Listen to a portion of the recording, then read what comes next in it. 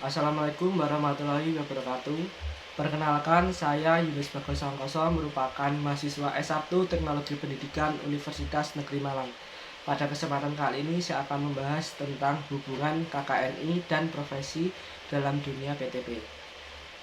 Nah, sebelum itu saya akan membahas KKNI terlebih dahulu. KKNI merupakan suatu kualifikasi di mana ketika kita ingin mengisi jabatan fungsional atau bekerja dalam eh, pemerintahan di pemerintahan Indonesia, kita harus memiliki kualifikasi tersebut. Dalam KKNI digolongkan menjadi 9 tingkatan antara 1 sampai 9.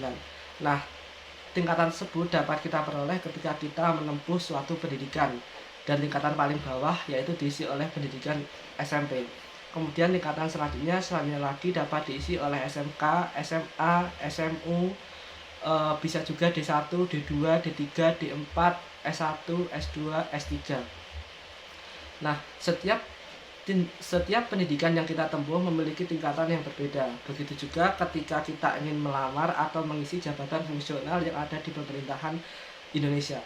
Semisal saya lulusan S1 Teknologi Pendidikan ingin mengisi jabatan fungsional sebagai pengembang media pembelajaran dalam Dinas Pendidikan. Nah, Dinas Pendidikan sendiri pasti memiliki kualifikasi atau kriteria di mana ketika kita ingin mengisi jabatan fungsional tersebut, kita harus berada dalam tingkatan 6. Semisal, tingkatan 6 merupakan tingkatan di mana dapat diisi oleh pendidikan S1 atau sarjana.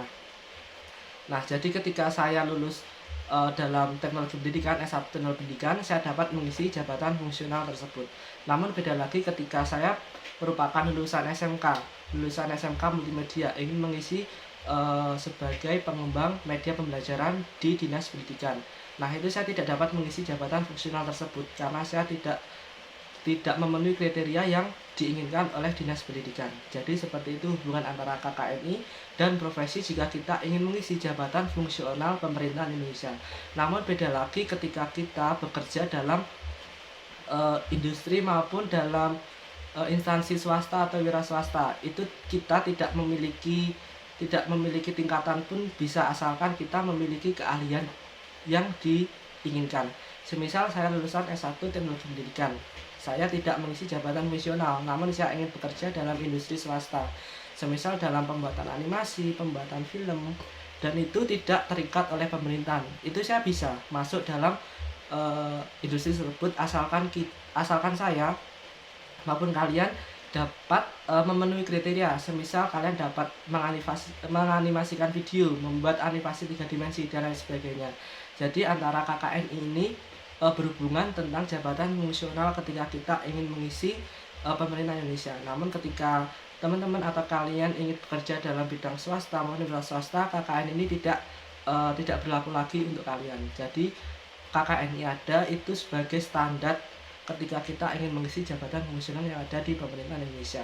Lain lagi kalau kita di swasta, kita tidak perlu berpatokan pada KKNI, namun berpatokan pada keahlian apa yang kalian miliki untuk bekerja dalam industri swasta tersebut.